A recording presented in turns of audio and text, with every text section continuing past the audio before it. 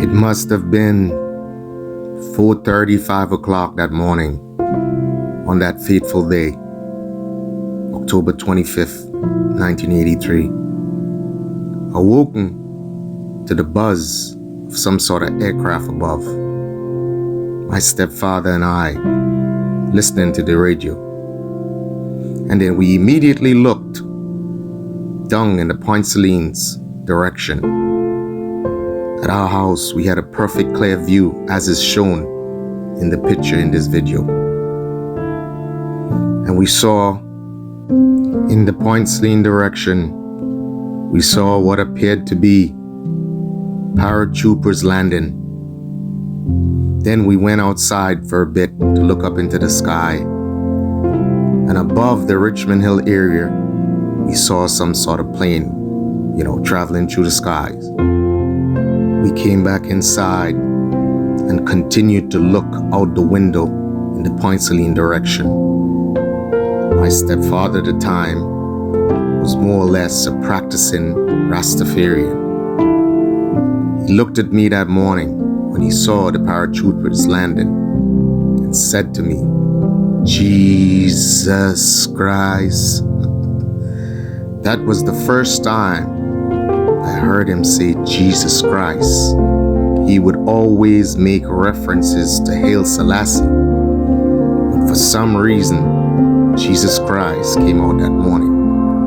I would learn after delving a bit into his past that he grew up in a Seventh-day Adventist church, and his father was actually a minister going about preaching all over the place.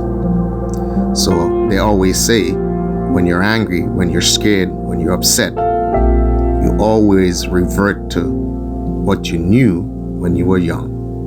While we were observing all of this, you can only imagine, as I have shown in previous videos, the amount of noise of gunfire happening all over the place. And then we looked towards the Fort Rupert area, and obviously there was a lot of activity over there. There was also seemingly a lot of activity coming from the Richmond Hill area. For better or worse, the Green Street area always provided an excellent view of the harbor towards Grannans and also of the Fort Rupert area. Hence the reason why we were able to see some of the horror unfolding right from Green Street on October 19th, 1983. And many people would have traversed up Green Street after the carnage, some of which would have actually bore visible signs of hurt and pain and physical damage to themselves. But anyway, back now to October 25th, invasion morning. Apparently, what we would learn later, that a gentleman who obviously was associated with the then PRA, People's Revolutionary Army, would have been someone that was manning an anti-aircraft system at the Fort Rupert area. Apparently, it was related that this gentleman fired, and it seems, because this is as long as we heard the fire, from about 4:30, 5 o'clock till about 7:30. So must have gotten a good 2.5 hours of fire. But eventually, as was related, he was neutralized. That morning, I saw a gentleman who probably would have had some sort of association with the then PRA run down to what would have been Cable and Wireless then. And apparently was related that it might have been an ammunition storage. And that gentleman armed himself. Later on that day, we would see next to the very Cable and Wireless, young men with Kalashnikovs in hand, firing at helicopter gunships. In retrospect, I believe it was either madness or bravery. Some people say that they are of similar character. Knowing what I know now, with the amount of firepower on these helicopters, I would say it probably was truly madness. Just to divert a little, and go back to the events of October 19th, 1983. After being dismissed from school, as always, my friends and I would gather on a concrete platform and bench that I had in the back of my yard. Sometimes 10 to 15 people would be hanging out with me. That particular day, a lot of the same guys were hanging out with me. I decided to climb a coconut tree in the back of my house in what would have been Donald's residence back in the days. It is currently the Green Street Pre-Primary School. So I climbed the coconut tree, got as many coconuts as I can so I could share among my 10 to 15 friends, and I gave everyone a coconut. And I was in the process of distributing the coconuts to everyone when I sort of felt a rumbling. And this is strange because I couldn't understand, in retrospect, I couldn't understand how that rumbling would have been so strong that I felt it on Green Street. But for some reason, I believe at that time it was the Russian-made BTRs that were traveling on Lucas Street, but might have been moving so fast that, or might have been so heavy that my friends and I, who were sitting on that concrete platform and bench in the back of my yard, actually felt the rumbling on Green Street. Well, it hadn't been about 2 to 5 minutes, anyway from 2 to 5 minutes after, that we heard the burst of gunfire on Fort Rupert. And then we saw, because we had a very clear view from Green Street, many people jumping off the back of the fort. Of course, the night and the radio and the very famous comments made by General Hudson Austin back then would remain etched in our minds and memory. Okay, so I diverted a little to explain how much of an amazing perspective you would get living on Green Street, especially if something is happening in that particular area. So let's get back now to October 25th and a couple of days after the events or the progress of the military intervention.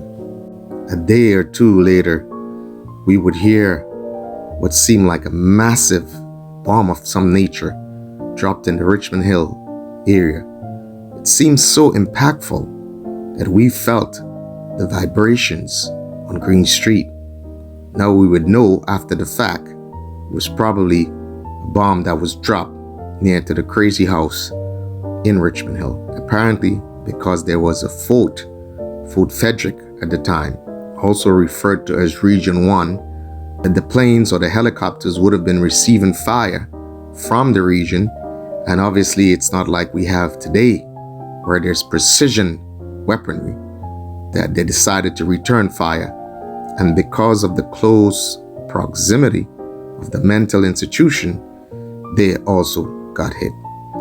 As young men, we were walking all over the place. Hard to believe that a war was actually fighting. I was even reminded by someone in the neighborhood, in colloquial language, say, "Boy, what is wrong with all you, boy? All you was crazy or something?"